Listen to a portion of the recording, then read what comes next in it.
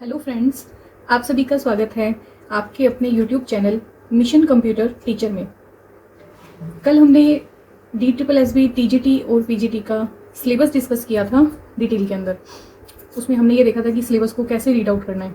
उसी को आगे करते हुए मैंने ये टारगेट किया है कि हम DSSB TGT और PGT का जो एग्ज़ाम होने वाला है उसे टारगेट करते हुए एक अच्छा सा सिलेबस क्या है कंप्लीट करने की कोशिश करेंगे। और इसमें मैक्सिमम जितने भी सब्जेक्ट कवर होंगे, जितना टाइम हमें मिल पाएगा, उस हिसाब से हम 1 बाय 1 एक एक सब्जेक्ट को पूरा करते रहेंगे। तो आज का जो हमारा सब्जेक्ट रहेगा वो है डेटा स्ट्रक्चर। डेटा स्ट्रक्चर को हम आज से स्टार्ट करेंगे और जो भी TGT और PGT के सिलेबस के अकॉर्डिंग डेटा स्ट्रक्चर के क्वेश्चन आते हैं, उसका जो सिलेबस होता है उसे हम क्या करेंगे, उसमें भी जो इम्पोर्टेंट टॉपिक है उनको पूरा अच्छे से डिस्कस करेंगे। कंप्यूटर साइंस में डेटा स्ट्रक्चर जो सब्जेक्ट है वो काफ़ी स्कोरिंग है। इसमें लगभग जो TGT और PGT के जो एग्जाम्स होते हैं उसमें 8-8, 9-9 क्वेश्चन जो है, कभी कभी 10-11 क्वेश्चन भी हमें डेटा स्ट्रक्चर में से देखने को मिलते हैं। बट होता यही है कि हम अच्छे से उनकी पूरी कंप्लीट प्रैक्टिस नहीं कर पाते, जिससे क्या है कि एग्ज़ाम में जो है हमें कुछ टॉपिक में कन्फ्यूज़न हो जाता है कि इसको कैसे भी सॉर्ट आउट करें। काफ़ी चीज़ें हैं जो हमें मेन जो टॉपिक हैं वो हमारे रह जाते हैं पढ़ने से। तो इस डेटा स्ट्रक्चर सब्जेक्ट को ही हम क्या करेंगे, आज से कंटिन्यू करेंगे और इसे कंप्लीट करने की कोशिश करेंगे। चलिए स्टार्ट करते हैं।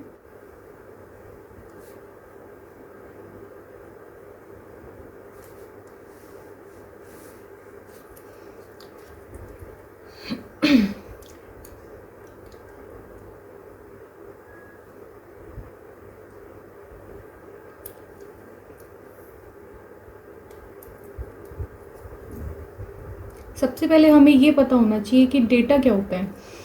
डेटा स्ट्रक्चर है कि मतलब जो भी डेटा का जो स्ट्रक्चर होगा कंप्यूटर के अंदर, वो हमें पता होना चाहिए। कोई भी सब्जेक्ट को अगर हम स्टार्ट करते हैं, हमें उसका रूट पता होना चाहिए कि हम उसको पढ़ क्यों रहे हैं, उसका पढ़ने का रीज़न क्या है और उसमें से क्वेश्चन जो है वो किस टाइप से पूछे जाएंगे। तो डेटा का मतलब आप क्या समझते हो, या डेटा की जो डेफिनेशन है वो हम इसे कैसे एक्सप्लेन करेंगे। तो कंप्यूटर के लिए जो है, कंप्यूटर एक डिजिटल डिवाइस है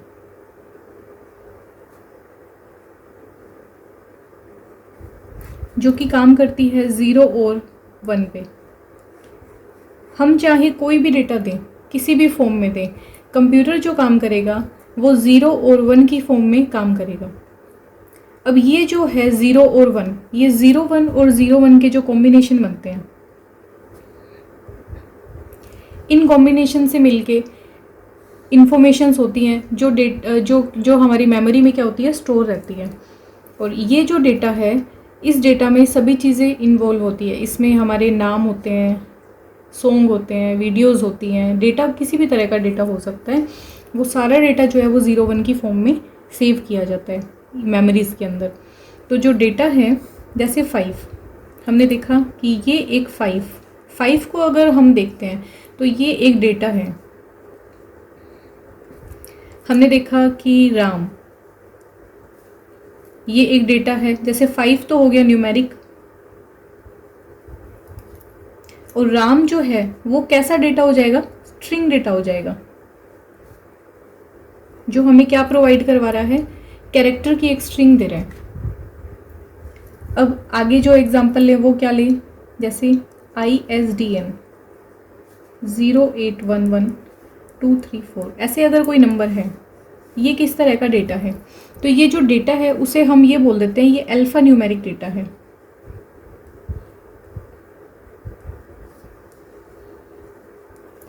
इस तरह से जो रो फॉर्म होती है, जैसे 5 अलग से, 5 का अलग कोई मतलब 5 का जो है वो कोई मतलब हमें नहीं पता कि 5 का यहाँ पे क्या यूज़ आया है, बट हमें ये पता है कि ये जो है वो न्यूमेरिक डेटा है, कंप्यूटर को ये पता होता है। और जो राम है वो स्ट्रिंग डेटा है, ISDN जो है वो अल्फा न्यूमेरिक डेटा है। और ये जो डेटा होता है, इस डेटा से इंफॉर्मेशन बनती है। इंफॉर्मेशन क्या होती है, कलेक्शन ऑफ डेटा। जो हमने डेटा देखा कि न्यूमेरिक डेटा अलग है, स्ट्रिंग डेटा अलग है, अल्फा न्यूमेरिक डेटा अलग है। ये जो डेटा है इसका एक कलेक्शन, मीनिंगफुल कनेक्शन, सिर्फ कलेक्शन नहीं, मीनिंगफुल जो कनेक्शन होगा वो कहलाती है इंफॉर्मेशन। तो इंफॉर्मेशन को हम डिफाइन कर सकते हैं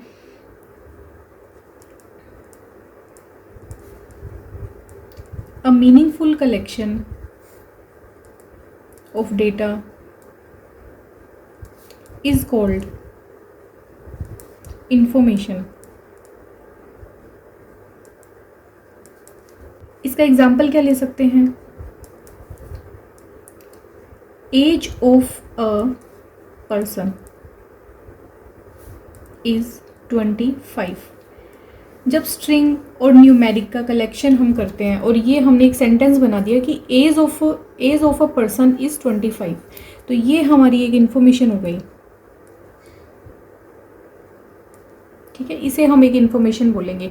ये बहुत ही बेसिक चीज़ें हैं. आप सोच रहे होंगे भाई हम ये क्यों पढ़ रहे हैं, बट हमें डेटा स्ट्रक्चर को स्टार्ट करने से पहले इन चीज़ों को भी गो थ्रू करना पड़ेगा, हमारी एक्चुअल आगे जो टर्म्स यूज़ होने वाली है उन सबको अच्छे से समझने के लिए. तो डेटा हमने समझ लिया कि डेटा क्या होता है, और डेटा के कलेक्शन को हम इन्फॉर्मेशन बोलते हैं. और आपको विश्वास नहीं होगा मगर सीधे सीधे क्वेश्चन ये आ जाता है कि इन्फॉर्मेशन क्या होती है. Collection of data, collection of कुछ भी वो दे देगा, इंटीजर दे देगा, कलेक्शन ऑफ न्यूमेरिक दे देगा. तो हमें ये पता होना चाहिए कि किसी भी कलेक्शन ऑफ जो डेटा होता है, रो डेटा में सब कुछ आ सकता है, तो कलेक्शन ऑफ जो डेटा होगा वो इन्फॉर्मेशन होती है. नेक्स्ट हम पढ़ेंगे डेटा टाइप. डेटा जो हम यूज़ कर रहे हैं, तो कंपाइलर को ये कैसे पता चलेगा कि कौन से डेटा के ऊपर क्या जो ऑपरेशन है वो परफॉर्म करना है. उसके लिए डिस्क्राइब किया है डेटा टाइप को. डेटा टाइप होती क्या है, जैसे 5 हो गई हमारी न्यूमेरिक डेटा टाइप. अब जैसे नेम आया, एरे ऑफ कैरेक्टर. जावा जो है वो हो जाएगा एरे ऑफ कैरेक्टर, और या फिर ये हमारी डेटा टाइप हो जाएगी स्ट्रिंग. ठीक है, ये एक एरे है कैरेक्टर का, जो हम आगे पढ़ेंगे कि एरे क्या होते हैं. और एक ये हमारी जो डेटा टाइप है ये हो सकती है हमारी स्ट्रिंग. तो इस तरह से क्या होता है, हर डेटा का अपना एक डेटा टाइप होता है, वो बताना बहुत ज़रूरी है. उसी के बेस के ऊपर क्या है कि ये जो डेटा टाइप हम डिफाइन करते हैं, इन डेटा टाइप के ऊपर क्या क्या ऑपरेशन परफॉर्म होंगे, वो मैटर करेगा कि आपने अपना जो वेरिएबल है, अपना जो डेटा है, वो किस टाइप के ऊपर स्टोर किया है. तो जिस भी टाइप का हम डेटा को सेव करेंगे, उसके लिए मेमोरी में अलग से उसको उतना स्पेस भी मिलेगा, क्योंकि उस डेटा को जब वो स्टोर किया जाएगा तो मेमोरी में उसको उसके डेटा टाइप के हिसाब से उसको स्पेस मिलेगा. इसलिए हमें डेटा टाइप भी डिफाइन करनी पड़ती है कि डेटा जो है सिर्फ डेटा होने से नहीं होगा, डेटा का टाइप भी हमें अच्छे से बताना पड़ेगा.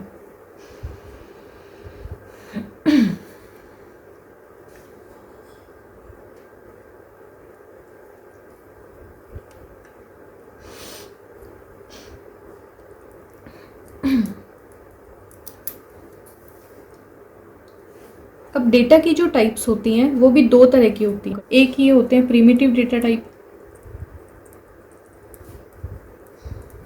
और एक हमारी होती है non primitive data type.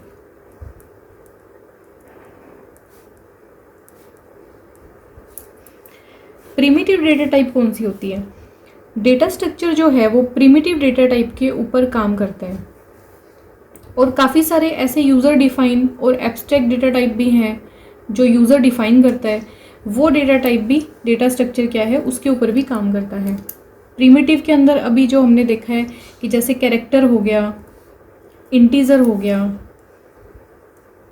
Integer को हम इंट लिख देते हैं, फ्लोटिंग जो रिप्रेजेंटेशन होता है फ्लोट हो गया, स्ट्रिंग हो गया, ये सारे हमारे कौन से आ जाते हैं, ये सभी हमारी आ जाती है प्रिमिटिव डेटा टाइप. इनको जो है बिल्ट इन डेटा टाइप भी बोलते हैं. अब बिल्ट इन डेटा टाइप कौन सी होती है? सी लैंग्वेज है, फोर्ट्रेन है, पास्कल लैंग्वेज है. इन सभी में ये जो लैंग्वेजेस हैं और भी हैं, जैसे जावा भी है, तो ये क्या करते हैं, ये अलाउ करते हैं हमें बनी बनाई डेटा टाइप हमें ये प्रोवाइड करवाते हैं, जिसको यूज़र सिर्फ क्या करता है उनका यूज़ करते हैं डायरेक्ट. जहाँ पे उसको उन डेटा टाइप्स का यूज़ करना होता है वो उसे यूज़ कर लेते हैं. तो इसमें जैसे सी जो है वो बिल्ट इन डेटा टाइप कौन सी देते हैं, इंट हो गया, फ्लोट, कैर, एनम, ऐसे काफ़ी सारी डेटा टाइप हैं जो सी प्रोवाइड करवाता है. फोर्ट्रिन कौन कौन सी देता है data type?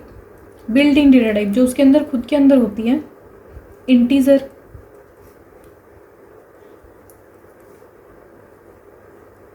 Real, logical, complex, extra. तो फोर्ट्रिन लैंग्वेज में जब हम डेटा टाइप को बताते हैं तो उसमें एक तो कैपिटल लेटर का यूज़ करते हैं सभी, और पूरा का पूरा नाम लिखते हैं। तो जैसे सी में हम इंट बोल देते हैं एक डेटा टाइप को, और जो फोर्ट्रिन है उसमें इंटीजर पूरा कंप्लीट बोल देते हैं, रियल बोल देते हैं पूरा। बस ये डिफरेंट डिफरेंट मेथड होते हैं कि कैसे हम उस डेटा टाइप का एक जो कीवर्ड है उसको हम यूज़ करेंगे। इसी तरह से पास्कल में जो है वो भी मैं आपको बता देती हूँ कि आई कैपिटल जो है, आई कैपिटल होता है फिर इंटीजर, इस तरह से डेटा टाइप को हम यहाँ पे डिफाइन करते हैं। आर कैपिटल हो गया और रियल। तो ये कुछ डेटा टाइप जो है वो पास्कल में भी होती हैं। इन सभी को हम क्या बोलते हैं? Built in data types. और बिल्ट इन डेटा टाइप जो है वो हमें एक ऐसा मतलब एडवांटेज है हमारे लिए कि हम क्या करते हैं, काफ़ी सारे डिफरेंट डिफरेंट टाइप्स की जो डेटा टाइप्स हैं उनको हम यूज़ कर सकते हैं। इसका जैसे हम एग्जांपल लें कि एक डेटा टाइप है रियल, ठीक है। अब कंपाइलर के ऊपर ये रिस्पॉन्सिबिलिटी होती है कि जैसे रियल अगर यूज़र ने डिस्क्राइब कर दिया किसी भी वेरिएबल की डेटा टाइप, तो ये जो रियल है ये कैसे स्टोर होगा, हाउ टू स्टोर, और इसके ऊपर कौन कौन से डिफरेंट डिफरेंट ऑपरेशन परफॉर्म किए जा सकते हैं। इसके ऊपर ये रेस्ट्रिक्शन आ गई, क्यों? क्योंकि हमने इसका टाइप जो है वो रियल बता दिया। इस तरह से ये जो टाइप डिफाइन होने के बाद इसके ऊपर जितने भी ऑपरेशन किए जाते हैं वो किसकी रिस्पॉन्सिबिलिटी हो जाती है? कंपाइलर की। कंपाइलर की रिस्पॉन्सिबिलिटी है कि वो क्या करे कि रन टाइम पे ये देखे कि इसके ऊपर जो ऑपरेशन हुआ है वो सही है या नहीं है। इसके बाद जो नेक्स्ट डेटा टाइप आती हैं वो हम पढ़ेंगे एब्स्ट्रैक्ट डेटा टाइप।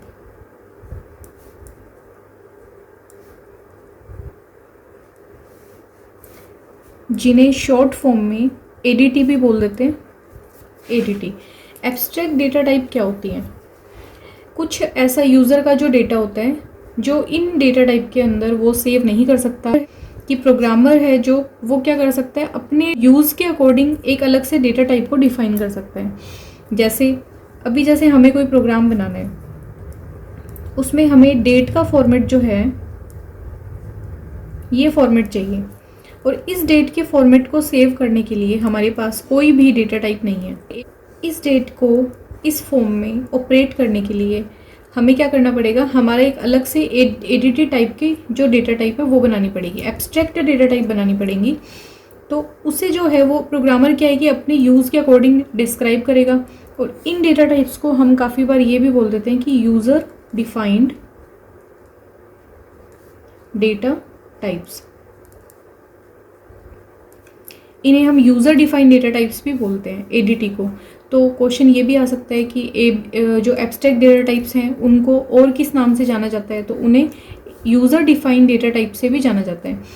नाम से भी क्लियर हो रहा है कि जो डेटा टाइप यूज़र खुद क्रिएट कर सकता है उसे हम यूज़र डिफाइंड डेटा टाइप्स बोलते हैं। अब रिस्पॉन्सिबिलिटी क्या आ जाती है कि इसके साथ साथ में हमें ये भी पता होना चाहिए कि इस डेट के ऊपर ऑपरेशंस क्या क्या परफॉर्म हो सकते हैं। ऑपरेशंस में जैसे ऐड,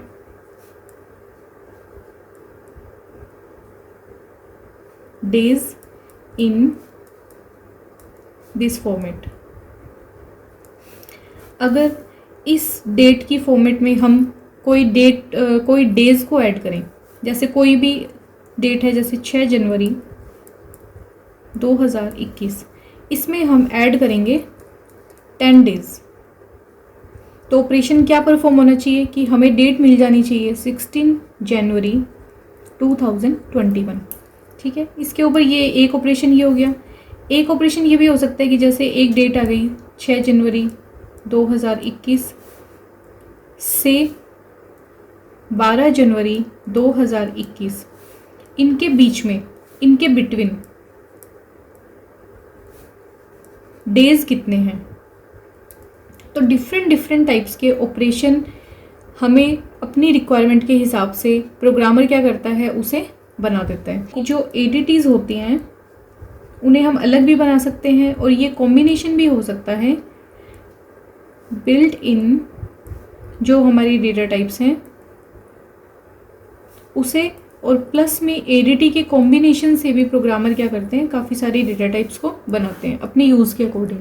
तो इस तरह से हमने ये चीज़ देखा है कि डेटा क्या होता है, डेटा से इंफॉर्मेशन कैसे बनती है और इन्फॉर्मेशन को हम किस तरह से डिस्क्राइब करते हैं। उसके बाद जो डेटा हम सेव करते हैं, है ना, जो डेटा हम सेव करेंगे उसकी टाइप्स क्या क्या पॉसिबल है और डेटा टाइप होती क्या है, और ये जो डेटा टाइप हम इसमें डिस्क्राइब करेंगे उसमें उसके टाइप्स क्या क्या हैं, उसको मेमोरी में स्पेस कैसा मिलेगा, वो डेटा टाइप जो है वो किस डेटा टाइप के अंडर में आती है, प्रिमिटिव है या नॉन प्रिमिटिव है, ये हम आगे अच्छे से रीड आउट करेंगे कि नॉन प्रिमिटिव प्रिमिटिव अच्छे डिटेल में डिस्कशन करेंगे इसका। एक बार हमने सिर्फ ओवरव्यू देखा है। Type फोर्टेन pascal. अब इन डेटा टाइप्स को डिफाइन करने के तरीके सबके अलग अलग हो सकते हैं हर लैंग्वेज में। जैसे सी है वो अपनी डेटा टाइप्स को ऐसे डिफाइन करती है, फोर्टेन है, पास्कल है, वो अपने डेटा टाइप्स को ऐसे डिफाइन करती है। ये जो बिल्ट इन डेटा टाइप्स होती है ये हमें लैंग्वेज जो है वो क्या करती है, बाय डिफ़ॉल्ट प्रोवाइड करवाती है। इसे हम जो यूज़र है वो डायरेक्ट क्या कर सकता है, एक्सेस कर सकता है। इसका एग्जांपल हमने देखा कि अगर कोई भी रियल टाइप का हम कोई डेटा टाइप को यूज़ कर रहे हैं तो मेमोरी के अंदर वो डेटा कैसे स्टोर होगा, हाउ टू स्टोर, और उसके ऊपर कैसे कैसे ऑपरेशन परफॉर्म होंगे और उसे कितनी मेमोरी स्पेस मिलेगी, ये सब चीज़ें जो है वो कंपाइलर को पता होता है कि इस डेटा टाइप के ऊपर कौन सा ऑपरेशन परफॉर्म किया जा सकता है और कौन से ऑपरेशन इसके ऊपर रेस्ट्रिक्टेड होते हैं। Abstract data type.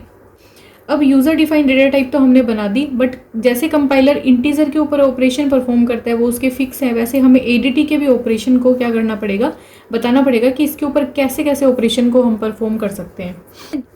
Data structure की हम एक डेफिनेशन देखेंगे, सिंपल सी डेफिनेशन कि डेटा स्ट्रक्चर क्या होता है, एक ग्रुप ऑफ सिमिलर और डिफरेंट,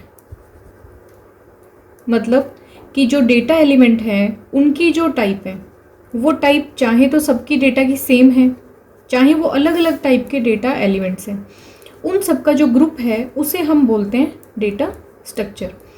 और इस डेटा स्ट्रक्चर को हम जो ये सिमिलर टाइप्स की हैं और डिफरेंट डिफरेंट टाइप के जो डेटा एलिमेंट है इन सबको हम एज अ सिंगल यूनिट मानते हैं। इस डेटा स्ट्रक्चर में जो भी डेटा स्टोर करेंगे उसे सिंगल यूनिट मानते हुए हम क्या करेंगे, उसके अंदर डेटा को स्टोर करेंगे, उसके ऊपर प्रोसेसिंग करेंगे,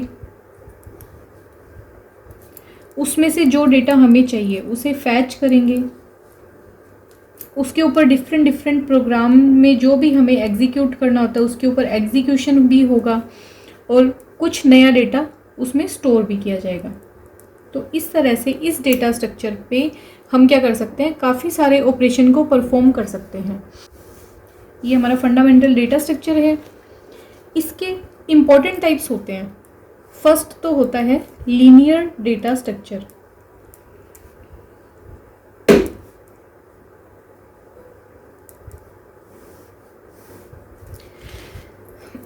और सेकंड होता है non linear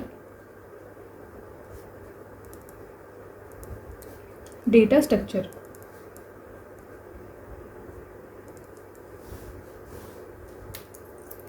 linear data structure क्या होता है, जैसे जब भी हम डेटा को, कोई भी डेटा है वो मेमोरी के अंदर सीरियली स्टोर हो, ठीक है, उसका जो एड्रेस हो वो हो, जैसे एक जो डेटा है वो यहाँ सेव है, इसके बाद नेक्स्ट पे डेटा यहाँ सेव है, थर्ड पे यहाँ सेव है, फोर्थ पे यहाँ सेव है, फिफ्थ पे यहाँ सेव है, इनका जो एड्रेस है वो जैसे 1001, 1002, 1003, 1004 ऐसे bit by bit linear format के अंदर जो डेटा मेमोरी के अंदर सेव होता है उसे हम लीनियर डेटा स्ट्रक्चर बोलते हैं।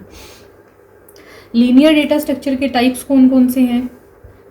फर्स्ट, जो हम कोई भी लैंग्वेज अगर पढ़ें, जैसे सी पढ़ते हैं तो सबसे पहले जैसे हम लीनियर डेटा स्ट्रक्चर पढ़ते हैं एरे, एरे हो गया। सेकंड नंबर पे हम पढ़ते हैं लिंक्ड लिस्ट,